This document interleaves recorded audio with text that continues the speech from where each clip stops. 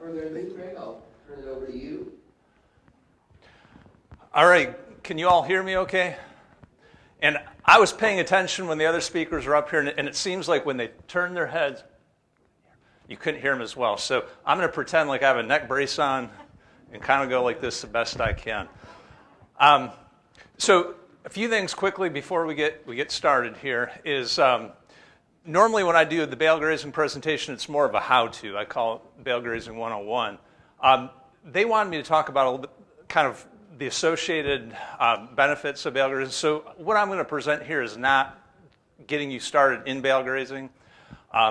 If you're interested in that, contact me. I can send you some articles on that. And also there's, in that Kentucky Forages YouTube site, there's a good how-to bale grazing presentation there.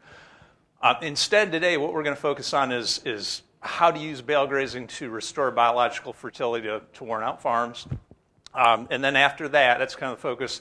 Then talk about some other things. How to use bale grazing. Is it still?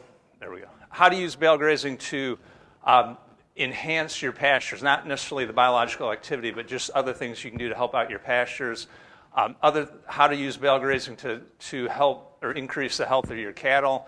And finally, if we have time, and this is the first time I've actually done this presentation, so I'm not sure how much time it's going to take. If we have time, we're going to talk about how we can use bale grazing to improve your health as a farmer. So that said, we'll get going here.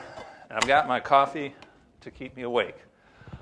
So just a few pictures just to get us going on bale grazing, just make sure we kind of know what we're talking about here. So I'm going to show you just a few to get warmed up. When I talk about bale grazing, this is what it's typically going to look at.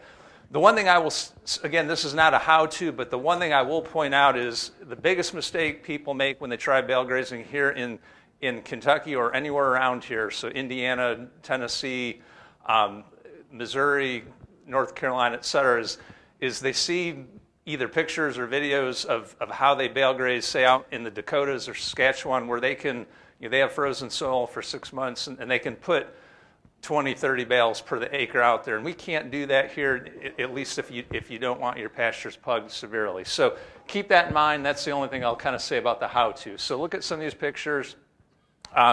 Envision how, when we're done feeding in those areas, what they might look like. So here's one in Franklin County, so that you can see they've moved through about half of what you can see there. And that is kind of that's about 2 tons, and I'll mention that later on. So what I like to have people do not go over in terms of density is 2 tons of hay to the acre. So typically, if you're using 4x5 bales, typically about 5 bales to the acre, that will give you roughly about 2 tons. So stay at that or less. But look at the hay waste that we're getting, look at the manure, and we'll talk about that in terms of biological activity here in a little bit. Now, what I want to very briefly talk about first, though, is not biological fertility, but chemical fertility. Let's start there, and that may help us better understand the differences in terms of why we're looking for that biological fertility long run. So if you're like me, the first 4 or 5 years that I was bale grazing, I thought the bulk of the fertility benefits were from this chemical fertility that we're getting. So this is assuming that we're getting what I'm highlighting is that 2 tons of hay to the acre that you're going to feed. And this is assuming that we're getting 75% of the nutrients that are in the hay back onto pasture. I think we can do better than that, but just throwing out a number, that's what I'm assuming here. So if you look at that, we're getting a pretty good dose of fertility in terms of chemical NP and K. Now, one additional benefit to bale grazing that we're not seeing here in the chemical side is we're getting a lot of micronutrients with the bale grazing that we're not going to get with typical urea, DAP, and potash.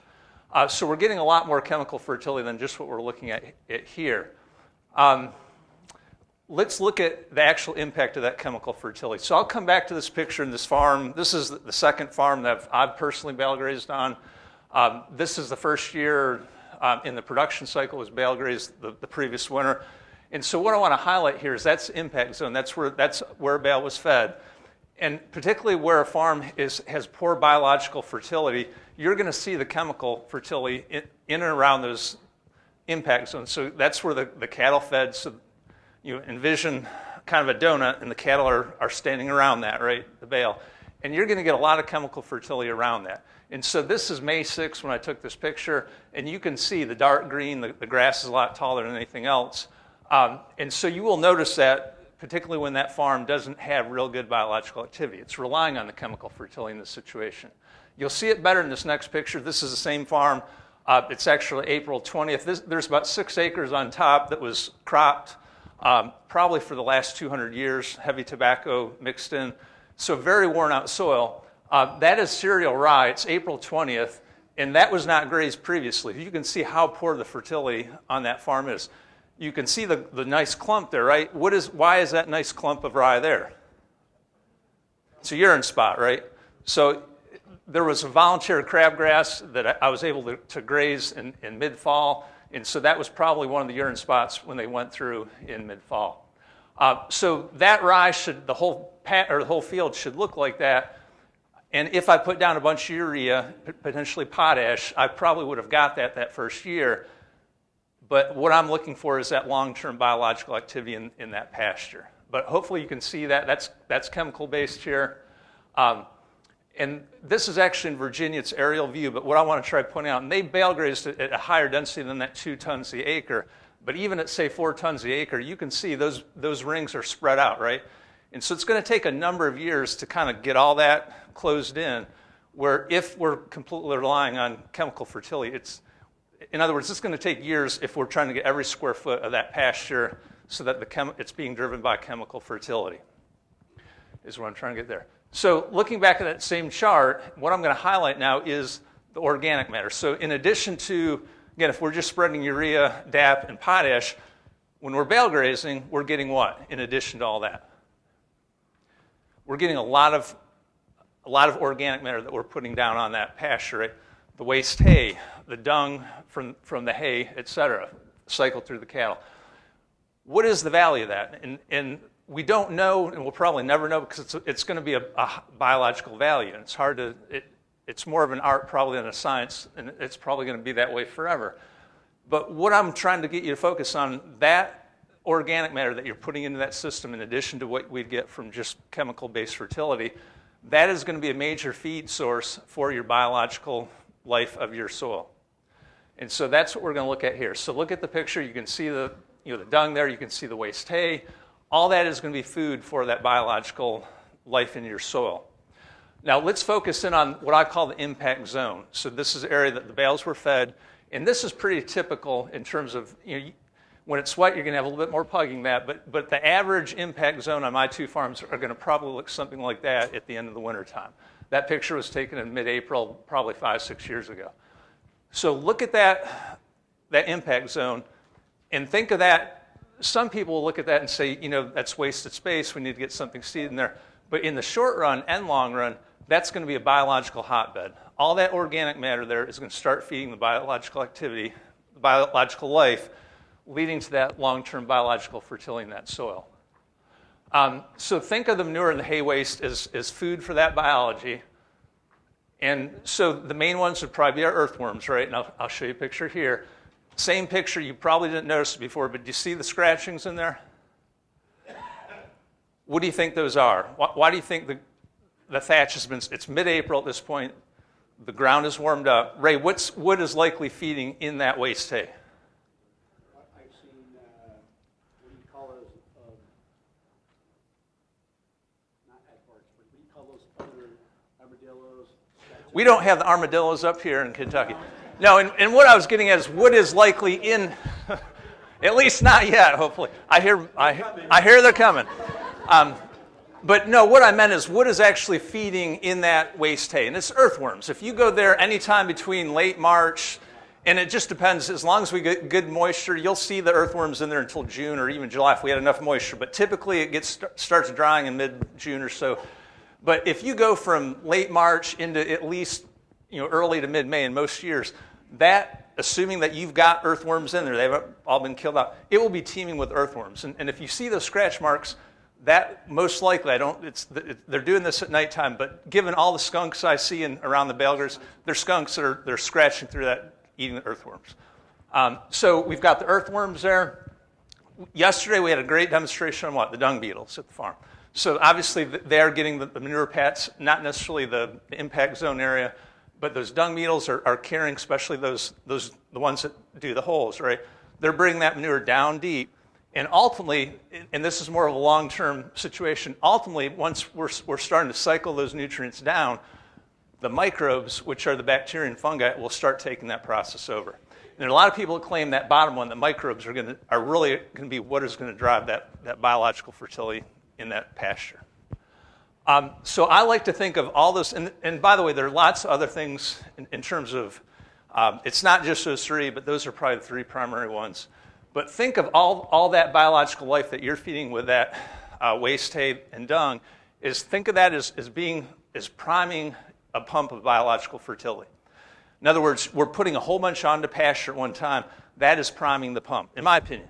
Now, we still have to do everything else, management-wise, to keep that pump going. So in other words, it's not good enough just to prime the pump. If we don't do the other things, good rotational grazing, a reasonable stocking rate, lots of other things that we can lump in there, and that's a whole nother presentation.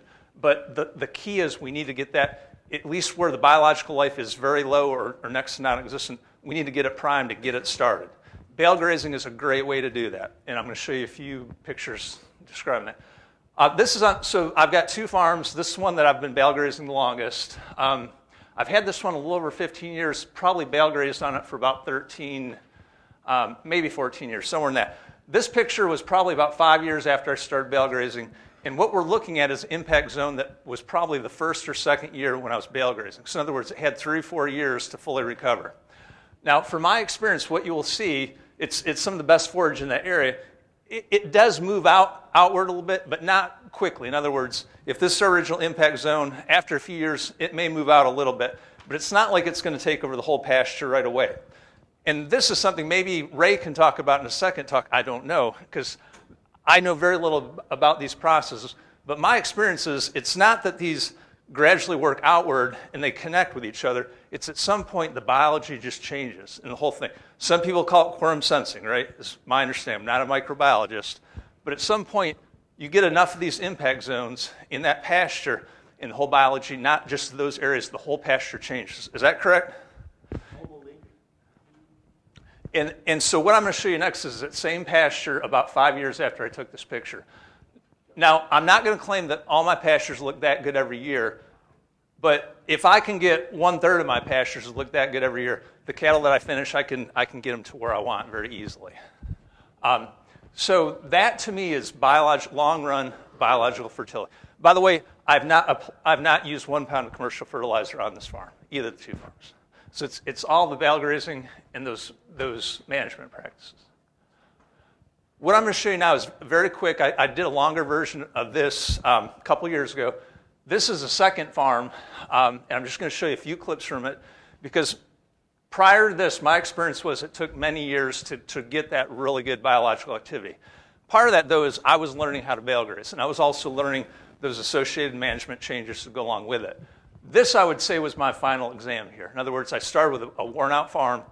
How quickly can I turn it around?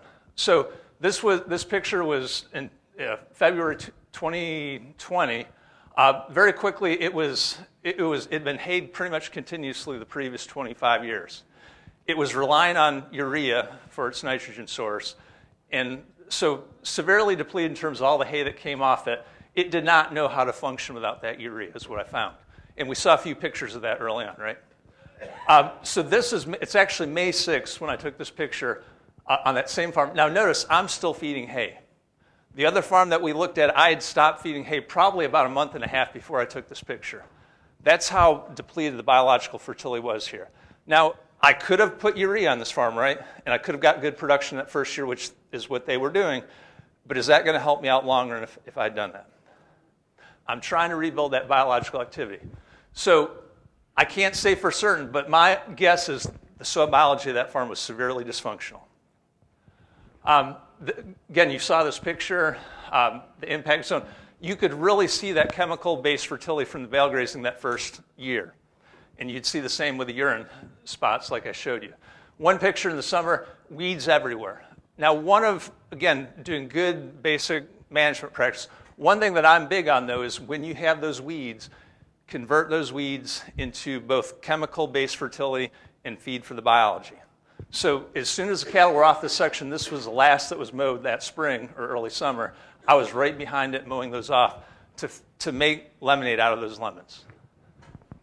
Second winter, you can see an area the bale was fed. By the way, you can see all sorts of broom sedge here, right? About half the farm looked like that when I started.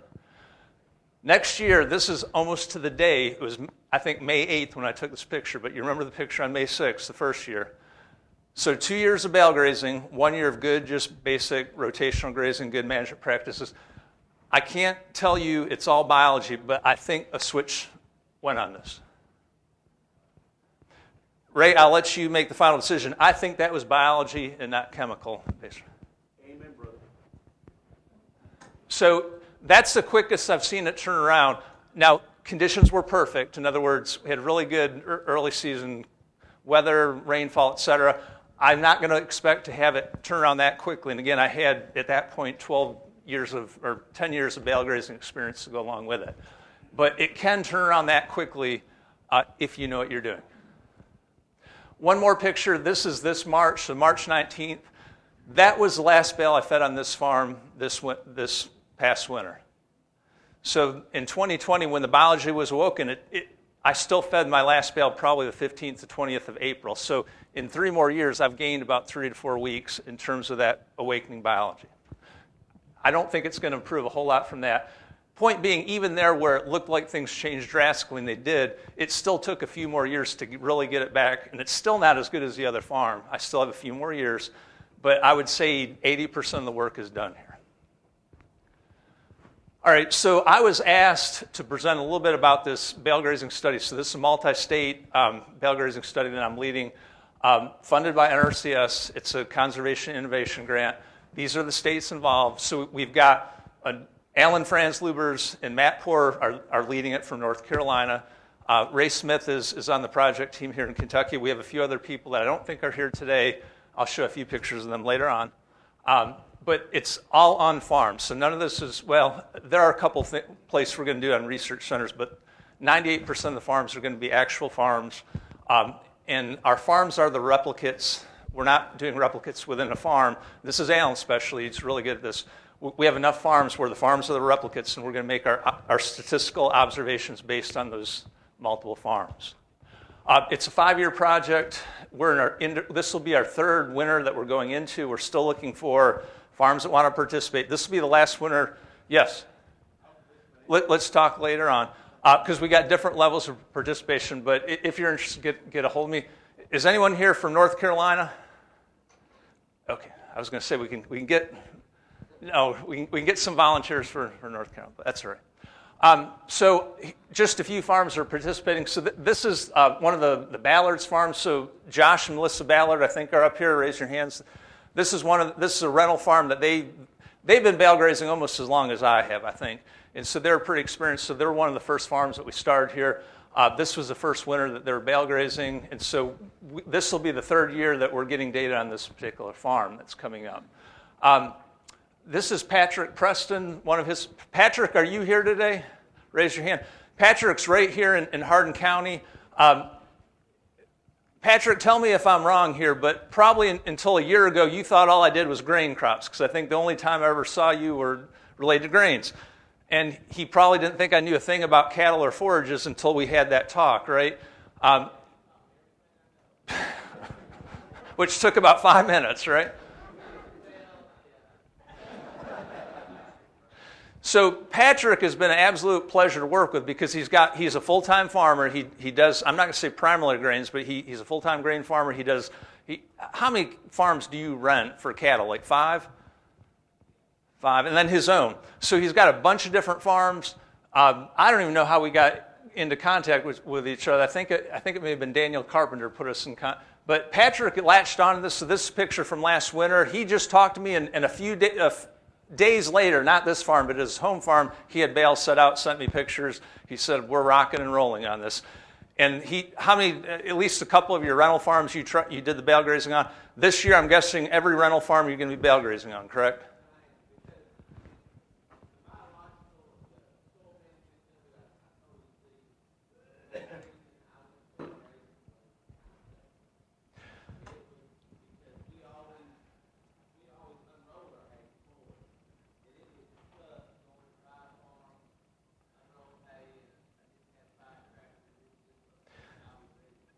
And I'll actually use another example, not Patrick, but another farm, same situation, had multiple rental farms. That's the very last section on how it can benefit us humans if we have time to get. By the way, this is the first time I've done this presentation. So I'm going to be completely unpolished here, and I don't know how long it's going to take. So if we have time, we're going to get to the human section in terms of how it can improve our lives. And I'm going to document another farm, kind of like what Patrick is saying right there, especially if you have multiple farms. Bale grazing works even better if you stage that hay properly. Anyway, it's been a pleasure to work with Patrick here. And I think I'm saying this correctly. We're even going to, so Patrick is going to be part of the core farms that start this winter. And if I can convince him, we may do an extra set of treatments on row crop ground, correct? On row crop ground. So a whole different frontier for me. So this is going to be great. So one last farm that has participated, and she started, is Lucy Smith here? Lucy is here. So Lucy is in Woodford County, the rich part of the county. I'm in the south part of the county, the poor part. Lucy's in the rich part. We're surrounded by horse farms, multi-million-dollar horse farms. So Lucy and I have been working together for 2 years, 2.5, something like that. Lucy has a beautiful farm, family farm up there, has incredible soils, but let's just say that they've been underperforming. Is that fair to say? Understand? No, just slightly. But we've been working together to try to kickstart that balance because Lucy did not want to use chemical fertilizer. She did years ago. And so what I'm getting at here is this is out of a 500-acre farm. We cherry-picked this one because we thought this would be the site that would have the most benefit from bale grazing. It had been hayed up until, what, about 5-6 years ago?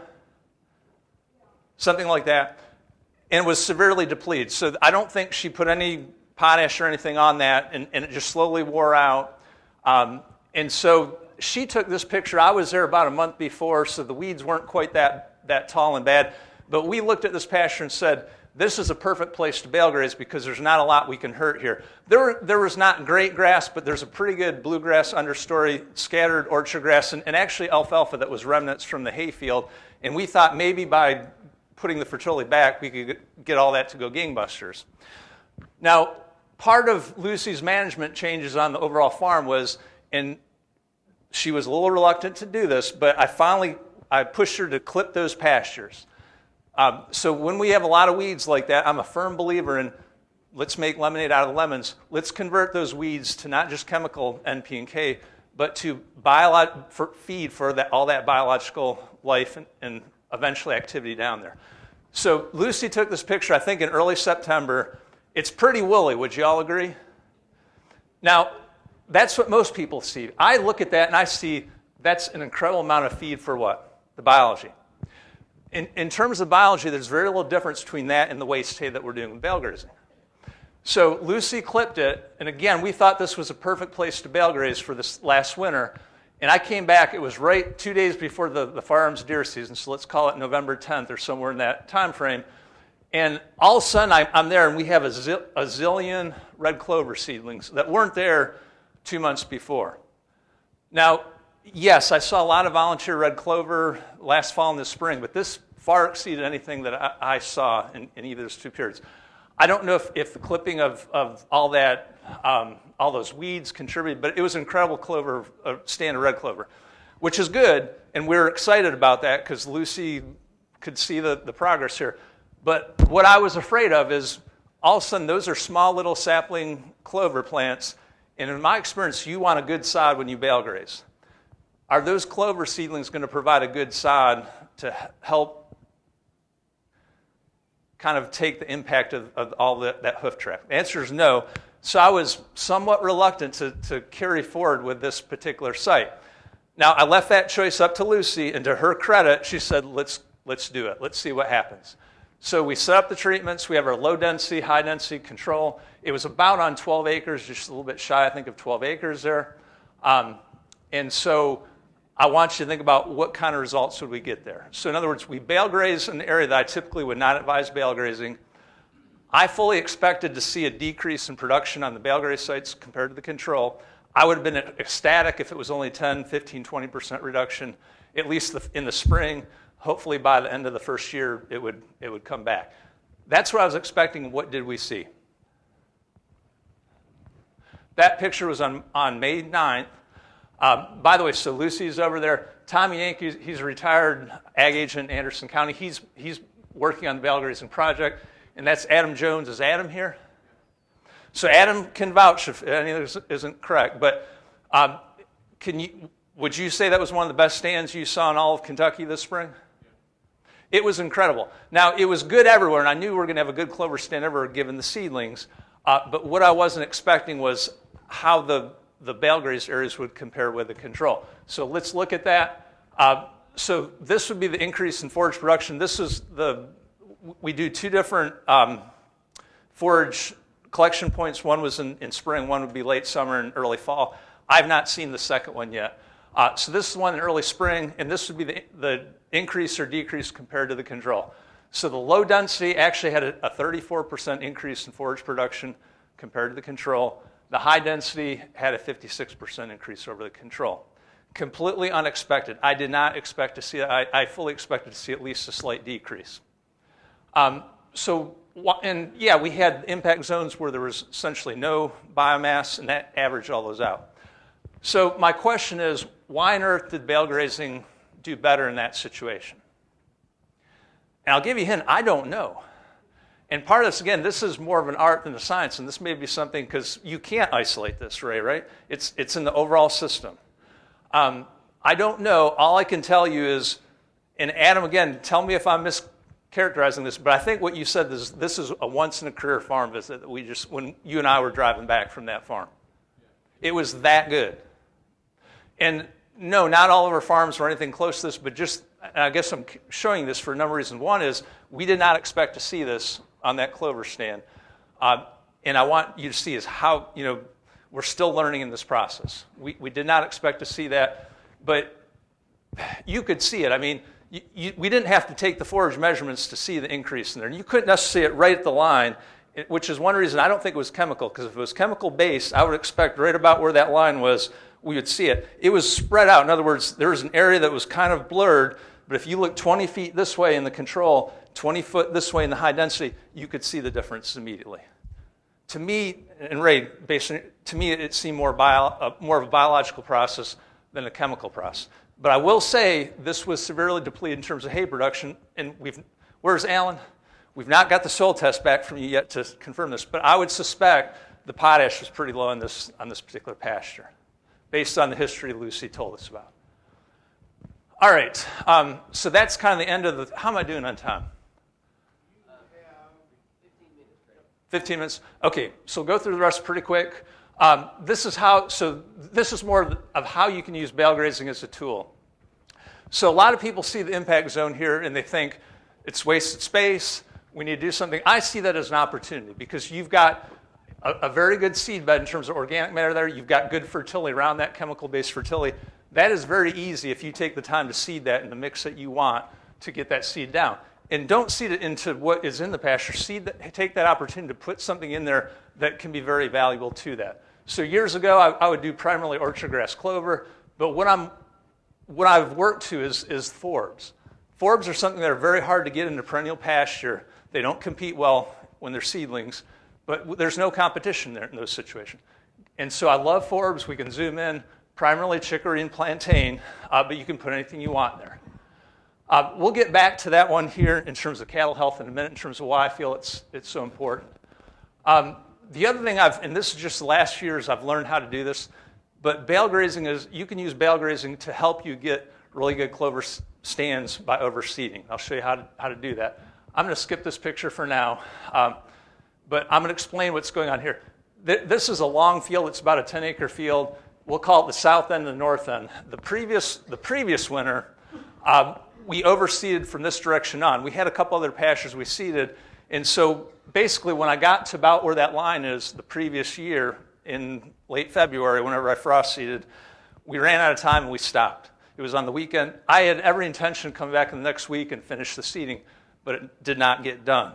So the next year we had not an excellent, but a pretty good stand of clover here, but nothing here because the previous stand had played out.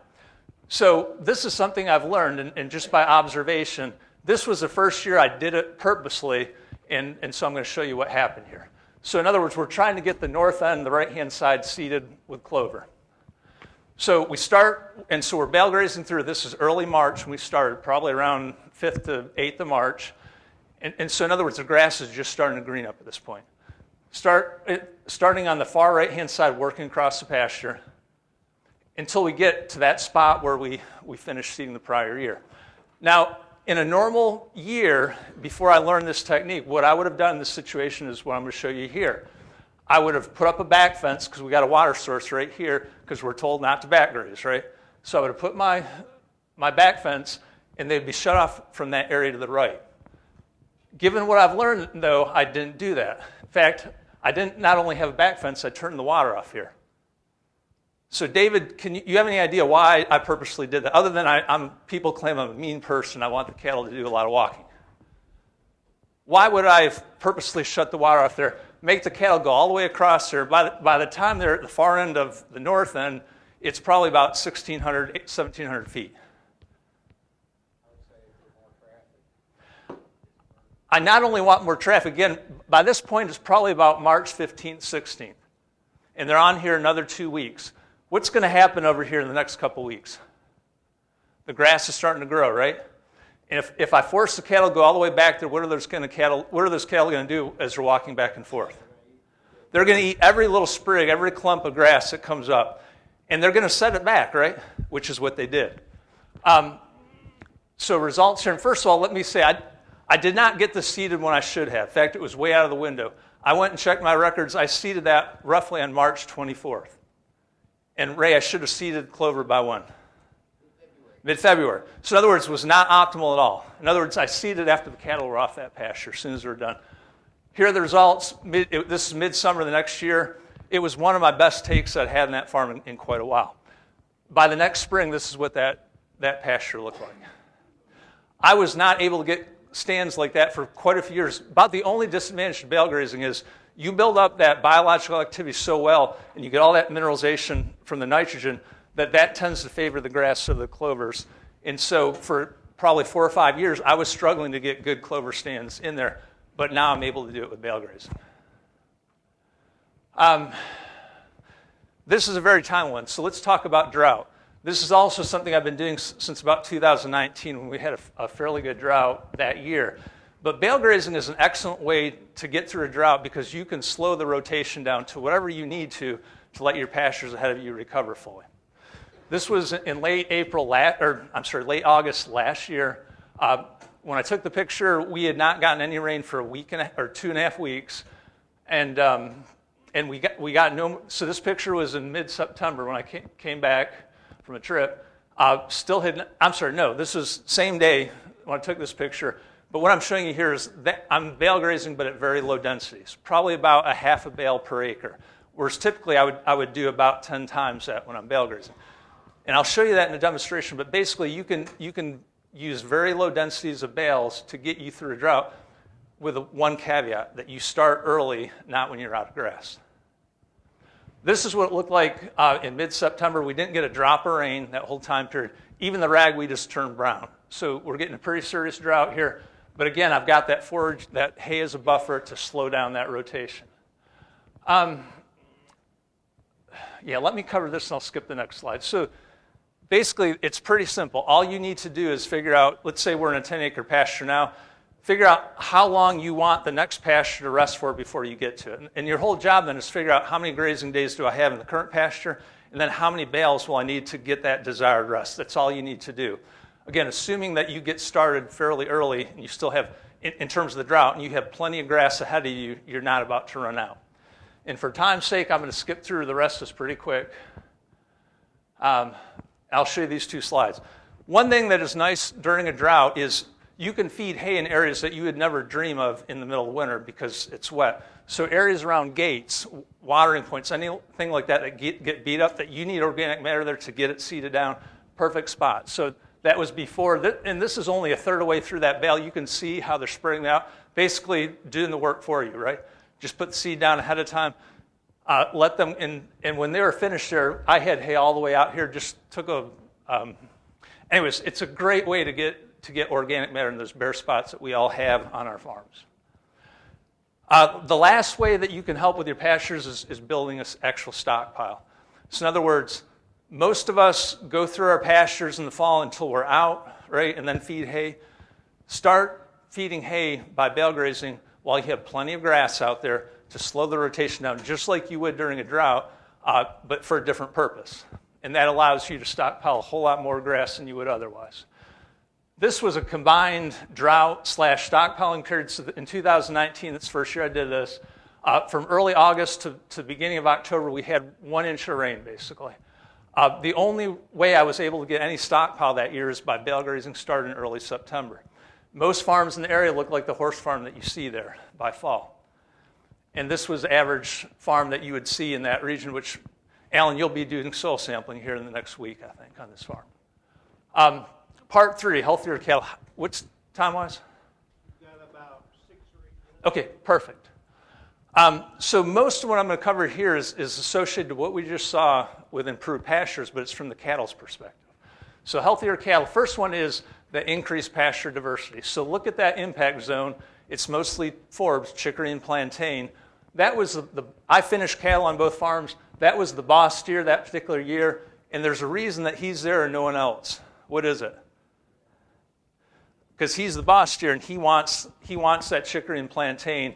And the others will go there, but he's going to have about 5 minutes where he's going to be in there. He has his fill, he moves on, the others move in, just like sharks. So the cattle are telling me that is very desirable for whatever reason. Don't know for sure. My guess is with this picture right here. So if you look at chicory on the left and what they call ribgrass or plantain on the right, I stole this from New Zealand. What do you notice about those two plants compared to our typical pasture plants? Very deep root system. So in other words, they're getting down deep in the subsoil, away from what Alan was saying, that the upper profile, and they're probably accessing a lot of nutrients and micronutrients, I'm guessing, that have been depleted in that top layer. Don't know that for sure. All I can tell you is the cattle love that and will prefer that over anything else in the pasture. This was taken just about a week before we got all the good rains in late September. And I'm just showing this just to show you how excited cattle can get when they know they're going to go on. So it's obviously impact zone. It's got weeds in there too, but a lot of, if you look in closely, it's probably 2/3 plantain and chicory in there. So I'm going to I just took down that fence on the right, and I was starting to push them hard because, again, we had been in drought for quite a while. So the cattle had access to that. They knew that impact zone was right there. They knew that the plantain and chicory was there. And as soon as they realized I'd take that fence down, look at what they did. And where did they go to? Right in that impact zone with all that chicory and plantain. So it's not a huge area volume-wise, acreage-wise, but if you get something like the forbs in there, chicory and plantain, small burnet we've experimented with, I can't tell you what the health benefits are, but I think they may be substantial in terms of not having them. And then, of course, enhanced overseedings, we talked about that. Think of pure fescue compared to getting that good clover stand in there. So from the cattle's perspective, can really help. The last thing on this I want to talk about is think about, and this is something that took me a few years to really realize, but part of the health benefits of the cattle is, think about during that drought. Most of us are probably pushing our cattle harder than we really want to, right? What is that doing to animal performance? It's dropping it, right? Same thing, think about when you're feeding your stockpile, because I will feed stockpile with bale grazing at the same time. Most of us want to stretch out every last grazing day that we can, right? So we're probably pushing cattle too hard in the wintertime. Think about that. If you have hay out at the same time, what does that hay become? It becomes a buffer. Cattle will never go hungry as long as you don't run out of that hay. And so that's another reason I love doing bale grazing with all those. It provides a buffer to keep the animal performance up when we're probably pushing the cattle too hard. Last thing is at key times, so summer, like during a drought, or when you're trying to build that stockpile, if you have a lot of fescue and you're feeding something like orchard grass, and that year there wasn't a lot of red clover. Most years I've got a good mix of orchard grass, red clover. Think about 1/3 of their diet in that, and it alleviates a lot of the problems that we have with fescue at that time of the year. That was typical manure pat during that drought, by the way, what it looked like. Balanced nutrition, this is where you're going to feed, or I think what you should do is, again, don't go through all your stockpile until it's gone, then feed hay. Mix the two together. We get a lot of, so Same farm, 2 different years. This second year they bale grazed, didn't have a lot of stockpile, but having a little bit of stockpile that's very high in protein, what is that going to do? If we have hay like what Chris saw yesterday, 8% protein, it's going to bring that up into the acceptable range probably for those cows. This is the 3rd year they bale grazed. You can see the wonderful stockpile they had that year. So mix the 2 together. That kind of balances the nutrition over the whole year rather than having really high and then really low, which we probably want the reverse, right? For spring calving cow, we want the nutrition to be higher in late winter versus early winter.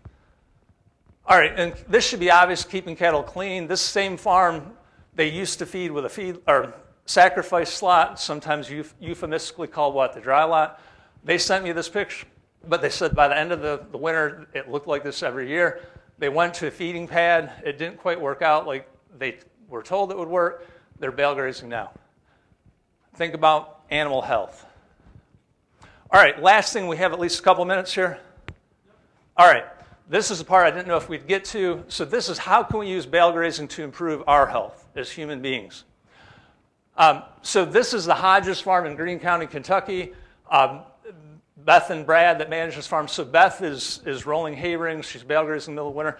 They actually have a feeding barn 60 foot by 80 foot that was built 25 some years ago, probably cost shared by an RCS, that sits vacant now. They've been bale grazing for 7-8 years now.